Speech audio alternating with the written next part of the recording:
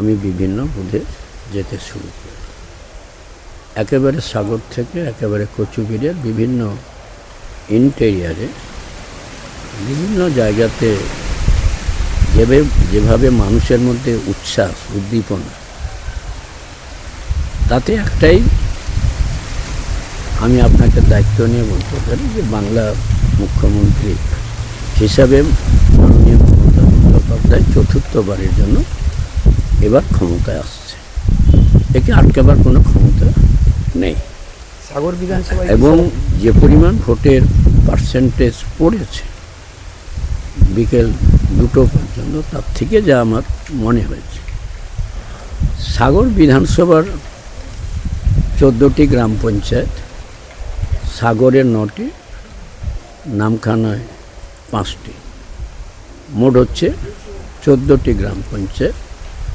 তার মধ্যে গত 23-এ যে পঞ্চায়েত নির্বাচন হয়েছিল তাতে ফেজারগঞ্জ গ্রাম পঞ্চায়েত 9-4-এর ব্যবধানে ওরা পঞ্চায়েতটা ভারতীয় জনতা পার্টি পায় এবং ওখানে 3টে পঞ্চায়েত সমিতির মধ্যে একটা পঞ্চায়েত সমিতি, যিনি বর্তমান ভারতীয় জনতা পার্টির প্রার্থী সুমন্তবাবু, তিনি নির্বাচিত হয়েছেন। আর সেই জায়গাতে দাঁড়িয়ে 2024 সাল লোকসভা নির্বাচন গেছে, তাতেও সেই জায়গাতে ফেজারগঞ্জের ভোটের ব্যবধান অনেকটা বেশি হলেও প্রায় 1600-র কাছাকাছি, তবুও আমরা প্রায় 19,000-20,000 ভোটের ব্যবধানে নির্বাচিত হয়েছে। তাই এবারে দাঁড়িয়ে আপনাকে অত্যন্ত দায়িত্ব নিয়ে বলতে পারি, যেভাবে মাননীয় অভিষেক বন্দ্যোপাধ্যায় সাগরের বেলাভূমিতে এসে যে ঐতিহাসিক জনসভা করেছেন এবং সেই জনসভার মাধ্যমে তিনি মানুষের কাছে যে বার্তা দিয়েছেন, এবং বাংলার মুখ্যমন্ত্রী যে কথা প্রতিশ্রুতি দিয়েছিলেন যে সাগর গ্রামীণ হসপিটালকে তিনি রুরাল হসপিটালে পরিণত করবেন এবং মুড়িগঙ্গা নদীর পরে গঙ্গাসাগর সেতু করবেন, এবং তিনি 5 তারিখে জানুয়ারি 2026 সাল কয়েক হাজার মানুষের উজ্জ্বল উপস্থিতিতে, আপনারা জানেন যে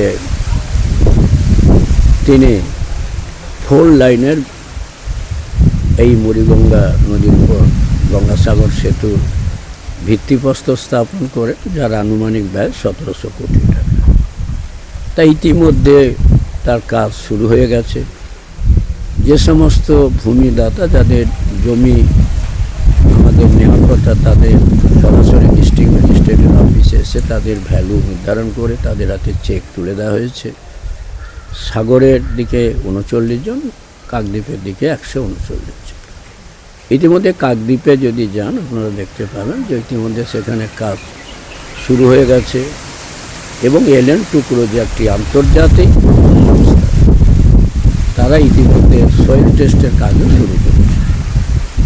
তাই সেই জায়গাতে দাঁড়িয়ে এবারে নির্বাচন, আমার ব্যক্তিগত দীর্ঘ রাজনৈতিক জীবনের অভিজ্ঞতা নিরিখে বলতে পারি যে সাগর বিধানসভা শুধু জয়ের অপেক্ষায় রয়েছে।